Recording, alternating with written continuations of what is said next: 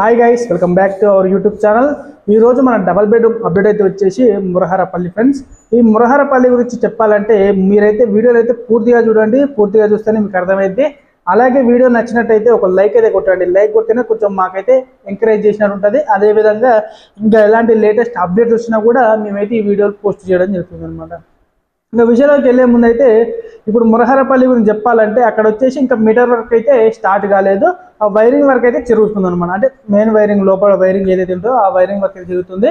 ఇంకొక 1 వీక్లో అయితే స్టార్ట్ అవుతుందని చెప్తున్నారు. మ్యాక్సిమం ఈ మీటర్ వర్క్ అన్ని వర్క్స్ పెండింగ్ వర్క్స్ ఏవైతే ఉన్నాయో అవన్నీ అయిపోవడానికి అయితే ఇంకొక 1.5 మంత్ అయితే పడుతుందని చెప్తున్నారు అనమాట.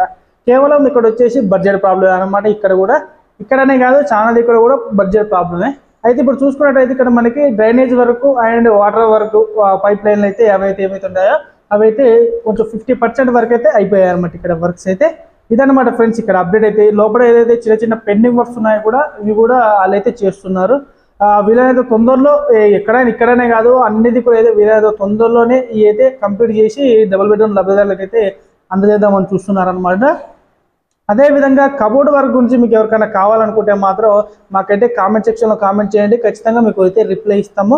మనకి కబోర్డ్ వర్క్కి ఖర్చు ఎంత అవుతుందని కూడా కొంతమంది అడుగుతున్నారు అనమాట. కబోర్డ్ వర్క్కి ఖర్చు వచ్చేసి మనకి 80,000 నుంచి 1,50,000 వరకు ఖర్చు కావచ్చు. ఇక అది మీరు చేయించుకున్న దాన్ని బట్టి అనమాట. అంటే ఎక్కడెక్కడ చేయించుకుంటారు అని చెప్పేసి దాన్ని బట్టి అనమాట.